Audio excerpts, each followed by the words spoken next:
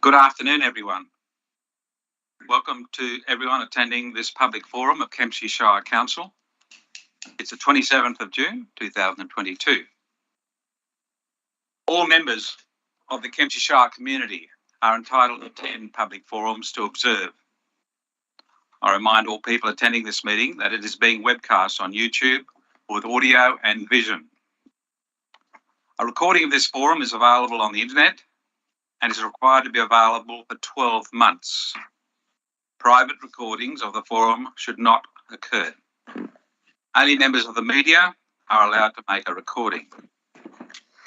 Please ensure all devices like mobile phones are on silent mode. Acknowledgement of Country. We acknowledge the Dunghutti people of our Shire as the traditional custodians and their continued connection to land, water and culture.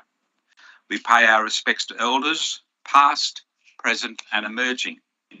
Acknowledge any other Aboriginal or Torres Strait Islanders with us today.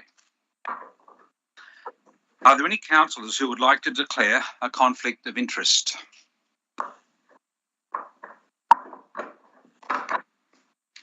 Yes, please. Councillor Wyatt, please. Yes, please. That's a conflict of interest with issues on the business paper for tomorrow? Or no? Yes. Just the two issues relating to the gazettal of the roads through national parks. One's on Arracoon and one's Lime Burners. Yes. Being my employer and my past actual job. Yeah. How I will manage that conflict. Either leave the room. If those items are pulled out of the business papers, I'll leave the room. Yes. Other than that, I will not vote. Thank you, Councillor Wyatt. Are there any other councillors wishing to declare an interest?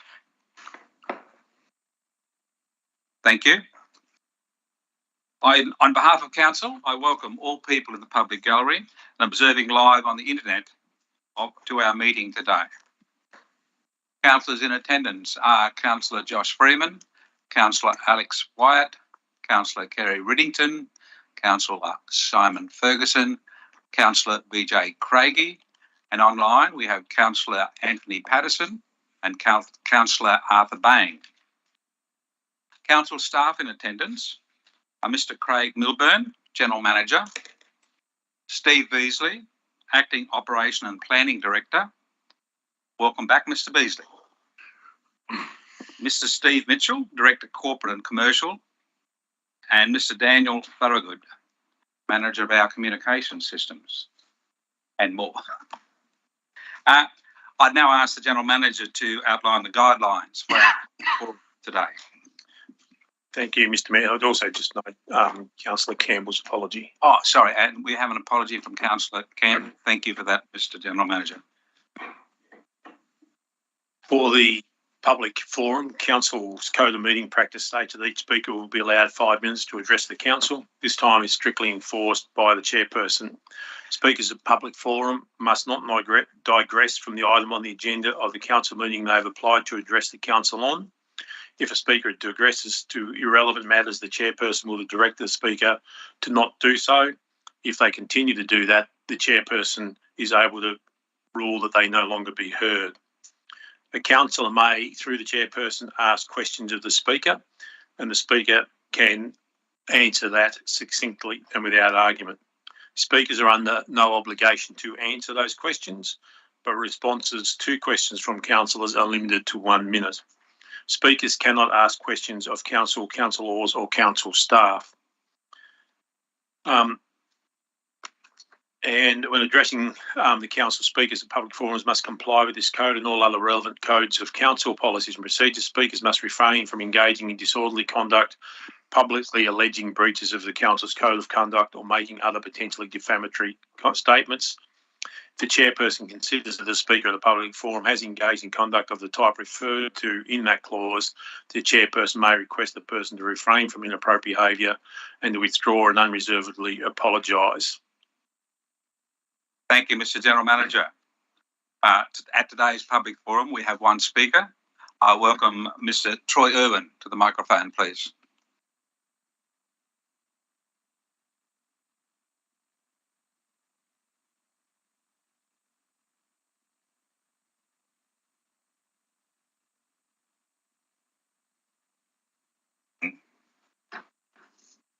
I apologise, Mr. Irwin. I should have outlined the fact that you're speaking against item 9.2, Integrated Planning and Reporting 2022-2026.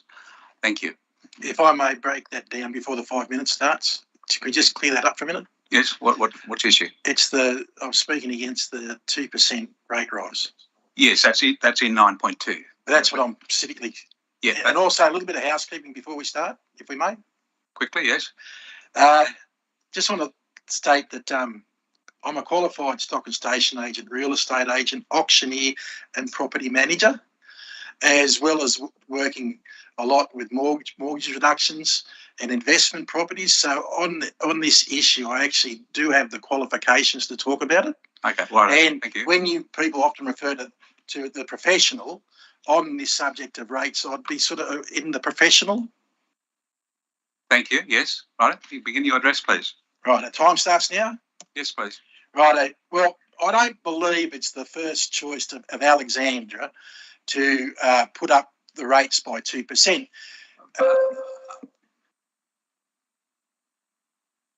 You can't refer to any member of council in this address, and you can't actually go against them. So I'll just make an I'll start again. I'll leave it out. Okay, leave out any names of any people, Mr. Irwin, please. What about you? Can I mention you? You're here to talk about 9.2, the rate increase, okay? Yes. Right. Well, I'm sure that it's not all the councillors' first choice to raise the rates by 2%. Some of them, being the champions of the underprivileged, know that anybody that's renting, that a landlord will pass that rate increase straight on to the rent, and not by 2%, more like 5%. So that's the people that are doing it tough are going to do it tougher, including self-funded retirees that have had no interest on their money in the bank, and the share market's tanked, and we're heading into a recession. The price of fuel has skyrocketed. We're all aware of the cost of living pressures, and this is not coming at a good time. Not only that, we've been maxed out. We've got houses in Crescent Head and South West Rocks that are in the high 4s to 5,000 a year rates. We have been, in my opinion, gouged enough. And this might be a foreign concept to people that have spent their lives under the umbrella of the protection of the public service. But in the real world, we have a thing called COD. It's called cash on delivery. And my personal opinion that this council very possibly might want to have a look at COD. Now, I know this is a broken system. I know you're between a rock and a hard place, but you do have a choice other than to, what my opinion is, rape the ratepayers. You're taking money off people that do not want to give it to you. Order, Mr. Irwin. We're not going to be using the word rape because it's specific in meaning. You'll wait till I finish making the order, please. You have to talk about the issue in front of us, the rate increase, and to actually methodise us as a rape is not appropriate for this forum. So if you continue with respect, Mayor Leo, in your opinion. No, it's not my opinion. I'm keeping order at this meeting, and I would like you to sort of keep yourself to the subject which you've outlined to us, please, Mr. Irwin. Right. What I've said about COD, right? Now, I know where our money is. Our money is down the road at Melinda Pavey's office. The Nationals have our money, and they have not funded us appropriately. So instead of going down to Melinda Pavey's office and saying, right, hand over the money that should be coming into our council, my opinion is you're being complicit in the crime that Pavey is inflicting on us by we're not being funded properly. And you're all well aware, you wrote about it, it's just been written about by our mayor, that 3% in flood and bushfire mitigation, and then all the money spent after the disaster. We aren't getting our money flowing through from the Nationals. The Nationals have dominated this council. We have all these national councils that you're well aware of, and we're running to their tune. So we're just going to let Melinda Pavey, the Nationals. Could you stick to your topic, please, Mr. Irwin? Yeah, I am. I'm going to have to rule you out of order. Okay. I am. I'm Well, ticking. you gave us an outline of what you're going to talk about, and no mention in there of talking about political parties. And we won't talk about political parties. We want to talk about general funding, if you like. Yeah. To do with how governments in general, not particular parties. Well, that's the fund party. councils. That's the party that we have. It's across Australia we're talking about, and the cost of running councils. So, but anyway, you continue on, but please not go on with blaming someone else. Tell us how we can fix this issue, please. You can fix the issue by fronting the state government to fund the council correctly and not sit on their money and roll it out for pork barrelling to get themselves re-elected. Right? Kempsey Shire Council deserves its fair share of state and federal tax. Right? That's what we deserve, and that's what we're not getting. Right? So I think you've gone for the low-hanging fruit in gouging the ratepayers another 2% when they're already maxed out, rather than taking your case down to the current political party, which just happens to be the Nationals, and saying hand over the money, because we know the system is broken, and even this 2% won't fix the gap. 1 minute to go. Right. So COD, do not charge a rate increase to people on Maria River Road till you fix the road. Do not charge Stewart's Point higher rates till you get the sewerage on. Do not charge for water treatment until it's put on.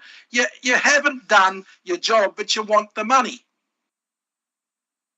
It's called COD, cash on delivery, where you haven't delivered. So why you got your hand out for more money? You're sitting on a heap of money, and it's either you're incompetent of getting jobs out, or you Point of order, guys. Point of order. What?